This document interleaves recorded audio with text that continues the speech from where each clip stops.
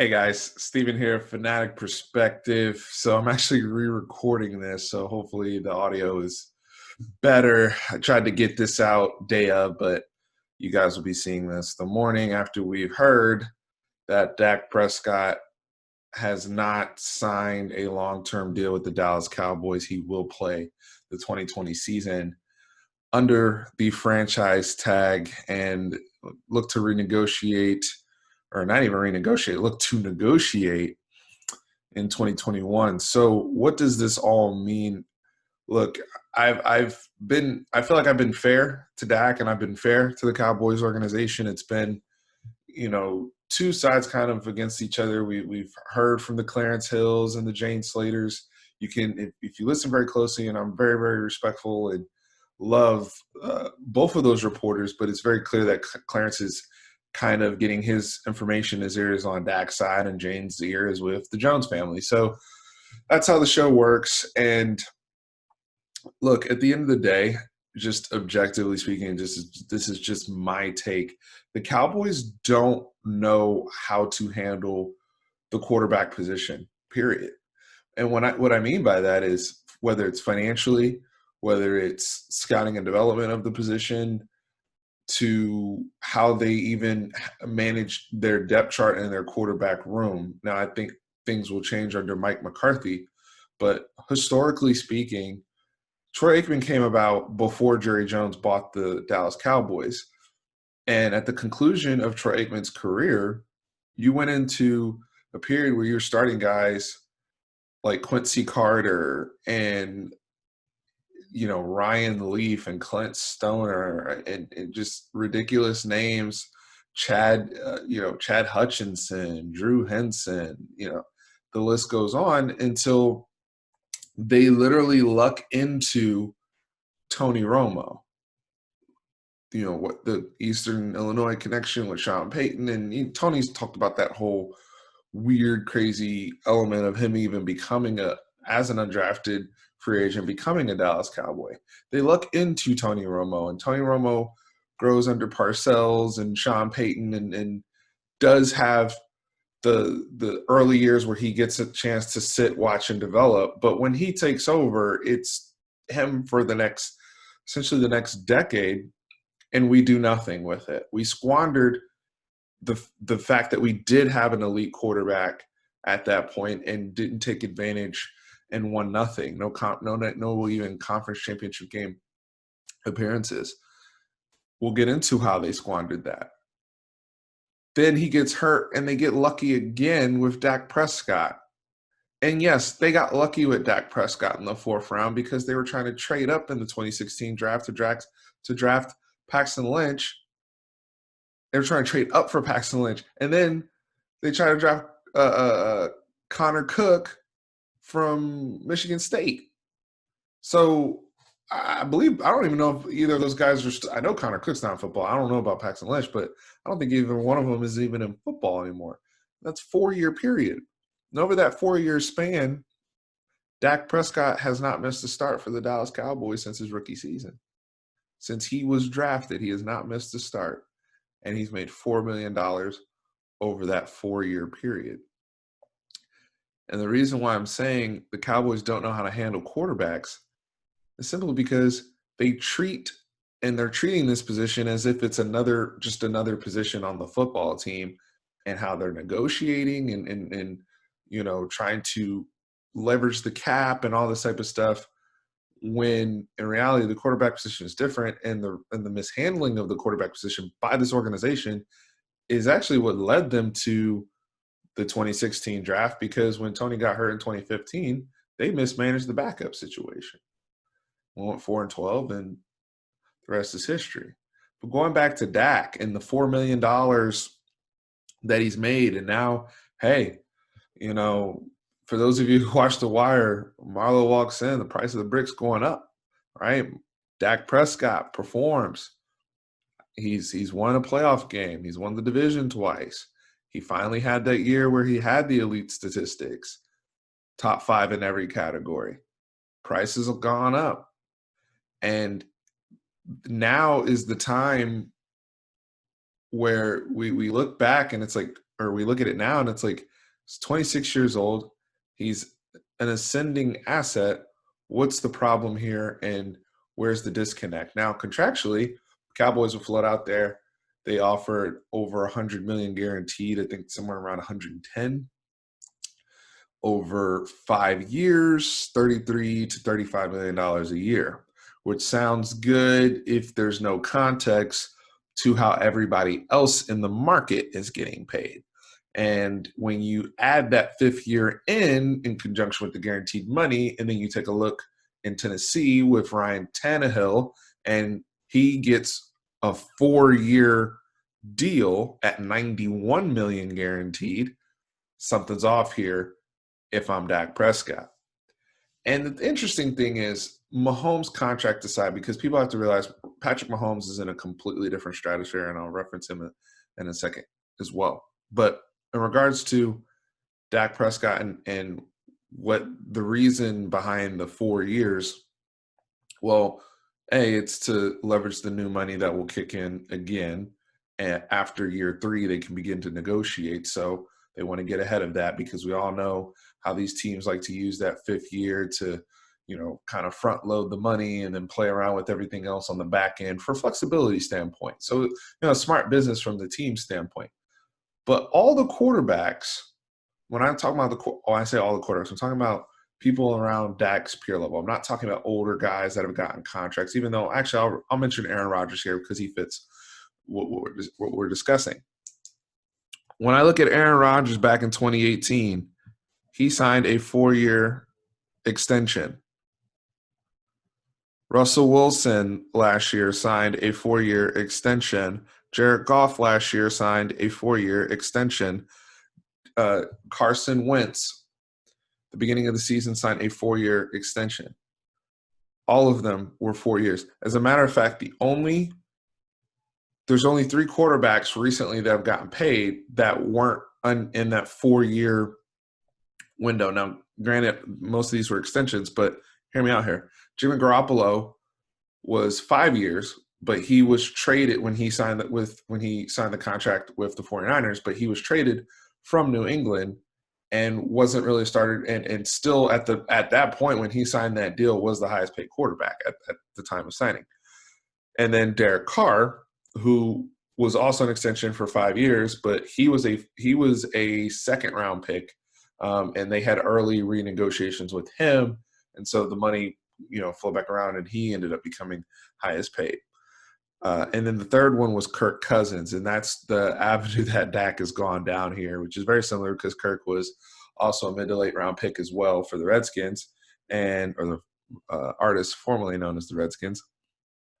And he ended up signing with the Minnesota Vikings for 3 years, and then just this past offseason renegotiated negotiated another 2-year extension on top of his deal. So this is the context we're working with. All of Dak's peers, because if you just look at the 2016 draft class of Jared Goff, Carson Wentz, many people want to say, well, Steve, those guys were first-round picks.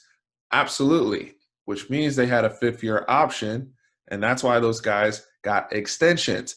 Dak Prescott was a 4th-round pick. He's played out his contract. There is no extension. So whatever he's signing now, this franchise tag is a 1-year contract. And so after that, he needs a brand new contract. This isn't even Ezekiel Elliott. Ezekiel Elliott is playing on an extension. When he had all the holding out and whatever, he's still going to play through that 5th year, and then he gets the money on top of that. Amari Cooper, the year before, one of the things that gave us leverage was that he was a first-round pick. We pick up the 5th year, gives us another year to get his stuff together, and then we were able to sign him. So that 5th year was a big deal, which is why Dak should have been taken care of before last season ever started. But the Cowboys, because they don't understand how the quarterback position works, and they've never had great foresight with it other than just being flat out lucky or playing by the exception and not the rule, that mindset has always kind of been there that Dak was the bus driver. We like him. We love him. He's a good team leader. He's good for our chemistry. But they didn't think he was going to make the leap that he did. And I believe that caught the Cowboys off guard because once you start, and people will throw out, well, Steve, Ryan Tannehill's getting paid because he led his team to the conference championship. And Jared Goff went to the Super Bowl and all this type of stuff. Guys, when players get paid in the NFL, even quarterbacks, and when these evaluations are made, it is based upon individual performance. Does that factor into winning? Yes. However, there is context behind it. Ryan Tannehill threw like 9 passes in the Patriots game in the playoffs. You cannot sit up here and use that to bolster up his resume because they literally tried to hide him. Yeah, I understand Derrick Henry was a wrecking ball and had a crazy playoff run, but Ryan Tannehill was not a part of the party. Jared Goff, did you watch the Super Bowl? Even in the playoff game against us, when they beat us, he didn't throw a touchdown pass. He was handing the ball off to Todd Gurley and Carl Winslow back there. So, like, please knock it off with the when these other quarterbacks have been in better opportunities with more complete teams and competent coaching staffs. This is actually the first season in year 5 that we're going into here that Dak Prescott will actually be a beneficiary of a competent coaching staff. It's frustrating because even going on along the lines of the staff stuff and how we handle things. I mentioned earlier the bus driver comment. They haven't gotten over the 4th round thing, and they've gone about it the wrong way. And if they had just taken the time and the foresight to say, hey, we're here every day. We see the way this guy's developing. We see the way this guy's growing. We got to take a chance. Let's lock him down. Send a message to the locker room. We're going to take care of our own. And instead, we're paying the running back. We're paying the defensive lineman. I'm not saying those people shouldn't get paid, but you cannot do business with your quarterback the way you do business with everybody else. There's levels to this, especially in the term of importance by position and positional value. Cowboys have to understand that. They've been very good at drafting and taking care of from a talent acquisition standpoint. That's why they have the potential on the roster that they do. They're good at that. I'm not saying they suck overall. They've just sucked when it comes to quarterbacks. And we're going to dig on this a little further because this, again, Tony Romo dealt with all of the same issues. What's funny is Dak's career passer rating, he is tied for 5th all time in passer rating, and anybody that has more than 15,000 attempts qualifies. He's tied with Tom Brady at 97 rating. Tony Romo is 4th at a 97.1. So you're saying since 2006, let's take out 2015 because Tony only played like 3 games. Since 2006, the Cowboys have been getting pretty good to great to elite quarterback production, like all-time levels in terms of the rating, right? I'm not saying Dak is a top 3, top 4 quarterback. I think he's in that top 5 to top 10. And in most lists, you'll see he's somewhere around that 6 to 9 range. But all those other guys that I mentioned have gotten taken care of, and some of them aren't even in the 10. And they're not having problems with their organization over getting a 4-year deal and the understanding behind why that 4 years is important. But here we are squabbling with him like he's some overachieving defensive end that's not supposed to be here. That's how we're conducting business with him. And it's unfortunate. And it's unfortunate because you have the talking heads out here and the people that are naysayers, and many of the Dak haters are actually within the Cowboys fan base. We know that as well. I understand the people, and I'm not talking about the people who say I'm not as high on Dak as others, and I'm talking about the people that think we can win a Super Bowl with a completely different quarterback, and we would have made the playoffs if we had this person or this person. When in reality, people always say, like, this past season we went 8-8. Oh, he had hollow stats. Oh, he was lighting up bad teams and all this type of stuff. But no one ever says, Dak's the reason why we actually won 8 games. They only look at he's the reason we lost 8 games. But if we really dive into that, his win-loss record before last season was the worst win-loss record. If you want to say wins or quarterback stat, there's a lot of, people like to move the goalpost there as well. But if we're going to go on the win-loss stuff, well, let's go there, because before last season, there was no narrative about him struggling against good teams. That was actually something he thrived on. And ever since his rookie year, well, really since the beginning of his rookie year, every game has been his job's on the line, biggest game of the week, spotlight every single game, right? Now, this past season, he goes 8-8, and everyone says now he's putting up hollow stats and garbage numbers and all this type of stuff. But within that 8-8, we're looking at a quarterback who had to deal with defensive issues, who had to deal with the worst special teams unit in football last season, and a special teams coordinator who was incompetent, a kicker who led the league in missed field goals, and he didn't even make it the whole season with us. Going back to the defense, they played well in some games that we lost where it was on the offense and we didn't have an offensive TD. I'm not saying Dak is a perfect quarterback. Again, I'm not. He was to blame or had a big part of blame in some of our losses. But there were other games, especially if we even go back beyond last season, let's talk about these playoff games. Yeah, the playoff games.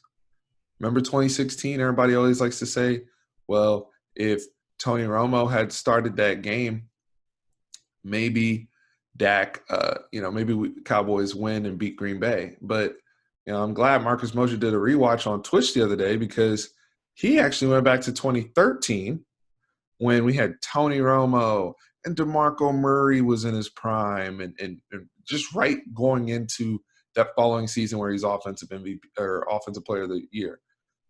Des Bryant in his prime, Jason Witten in his prime, rookie Terrence Williams, Travis Frederick, Tyron Smith. The offensive line is coming together. Like that team, that 2013 team, they were 7-6. Green Bay is coming into town. They got to win a couple games to get into the playoffs. And Green Bay doesn't even have Aaron Rodgers. They have Matt Flynn and Mike McCarthy on the sideline. And we lose. We lose that game. All that firepower out there. And yes, Tony Romo was a big part of that. But the defense couldn't stop Matt Flynn. And then we go forward a year, because this is a recurring theme when you just look at those Packers games. You look at 2014. 2014 happens. Des Bryant, and we've all talked about the Des caught it and all that, but there was almost 5 minutes left in the game and we never got the ball back. That's your defense. When my best defensive lineman out there is Jeremy Mincey, and I'm watching people like Davin Coleman or whatever those defensive tackles were names, and we're watching a one-legged Aaron Rodgers dot us up. That's why we lost that playoff game, in my opinion. You didn't have a championship-level defense. And when I say championship-level defense, I'm not talking about you have to be the 2000 Ravens, but you need to be a force, and you can't give up stuff like that, and you have to be good situationally. The Cowboys defense, at least in my lifetime, has always struggled with situational football, period. We go to 2016. I just mentioned that earlier. As a rookie, everyone's saying, if Tony Romo started. Dak Prescott put up 31 points in that game. He had a touchdown to Jason Witten and Des Bryant, something that Tony Romo never did in any playoff game. And that's just facts. We get 31 all. He actually comes back on Aaron Rodgers. And what do? We give up situational football. We give up the big play. I'll never forget Rob Marinelli's face going with the 3 down front, whatever we were doing, 3-man rush, and we give up that big play to Jared Cook, which leads to the field goal, which we get eliminated. These are just facts. So the defense, when you look at the Chiefs probably could have won back-to-back Super Bowls if not for D4 going offsides against the Patriots. But they went out and shored up things and went out and got the Honey Badger, and he goes all pro. And they make sure, you know what, that's not going to cost us again the following season. It came through for them big time. It's frustrating, man, when you think about all these factors that don't really have – football's a team sport, and it's such a big team sport, and there's the 3 offense, defense, special teams, and coaching. You have Jason Garrett here for a decade, and he's not held accountable for his win-loss record, for the repeat mistakes, the stale game plans, the slow starts, the bad third quarters. There's no accountability. I have another one here. Going back to the quarterback, I've said the Cowboys have been poor quarterback. Handling the quarterback room. We haven't had a real, until this offseason signing Andy Dalton, we hadn't had a real backup quarterback, true backup quarterback situation that we felt good about since 2016. Think about that. And when Dak was drafted, he was on the depth chart with Jamil Showers, who was getting ready to be moved to safety. That's where we were at. And then you had Kellen Moore and Tony. So this backup situation, again, 8-8 last year. We're going to Philadelphia because people love to blame. And look, we will highlight Dak's durability. Yes, he has not missed a start. And for all the people that want to say, oh, he's trash without Zeke and he's trash without his weapons, Dak has actually been the one constant that this team has always been able to count on. And that's the one person they don't want to take care of and go all the way to committing to, which is odd to me because Amari Cooper has missed time. Zeke Elliott, we know he's missed time. Travis Frederick was out an entire year, is now retired. Tyron Smith has missed time. Zach Martin has missed time. Connor Williams has missed time. Jason Witten retired, came back. He's gone again. Michael Gallup had knee surgery in the middle of last season. The one constant, whether his body likes it or not, has been Dak Prescott. And when you break down what happened in that Philly game, going to Philly late in the season on the line, he suffers that shoulder injury in the Rams game. And he doesn't practice. And now we're screwed because you guys have Cooper Rush as your backup quarterback. And you learn nothing from the Eagles. You learn nothing from the enemy that just won a Super Bowl in your division, spending the extra money on the insurance of having that backup quarterback for Carson Wentz. And it's not to say that, oh, they did it because they felt like Carson Wentz is injury prone. That's not the point. Because when Nick Foles stepped up to play, he was ready when called upon, delivered them a Super Bowl. The following year, they're out of playoff contention when they decide to shut down Carson Wentz. And Nick Foles, all he does is win out and actually goes and wins a playoff game in Chicago. So it's just mind-boggling me how you don't learn from that. But it's also not understanding that the Eagles also had superior coaching to put themselves in that situation when they suffer a loss like that. And they still paid Carson Wentz. So what are we doing, Dallas? What are we doing? You guys are acting like you can just go and pop up and grab anybody to run this team. Yeah, I know there's weapons. I love the wide receiving core now. I love the fact that Blake Jarwin got a contract and he's going to be featured more, and we still have Zeke and everybody else got paid. Offensive line still there. All these narratives. But their leader is Dak Prescott. And that one constant, when everybody else is allowed to take time off for whatever reason, Dak's has always been the one to steer the ship when called upon each and every week. It's unfortunate. All those factors go into that win-loss record. So I'm just going to conclude with this. For my stat people, that's what you guys used to hammer Dak on. Oh, he doesn't throw for over 4,000 yards. He gave you the stats. The moment they made any type of philosophical shift, just with Kellen Moore and John Kitna last year, look at the uptick. Now we're going to Mike McCarthy. And that's the one thing I can leave this video saying I'm optimistic about is, yes, Dak is taking an enormous risk and he's betting on himself, which he's always done. And people have highlighted that all day long.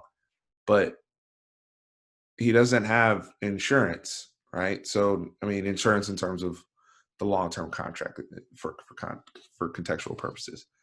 But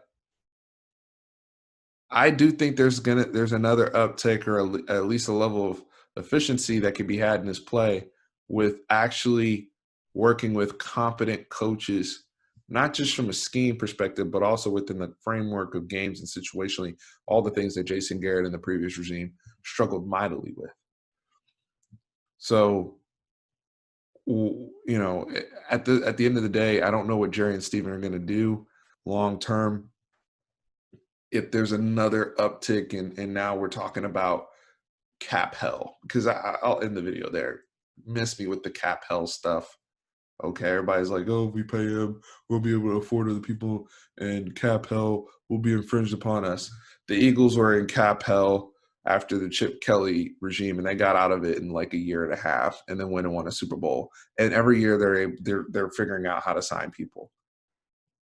As DeMarcus Lawrence said last year, the cap is a you problem because there's more than enough finance guys in there. And yeah, you got to make some hard decisions and be strategic and creative with how you're manipulating the contracts. I get that, but that's why they pay you guys to do those things, right? So I don't want to hear about cap hell. Also, because the Cowboys haven't been spenders anyway. They've been relying upon their draft, and they've been good at it.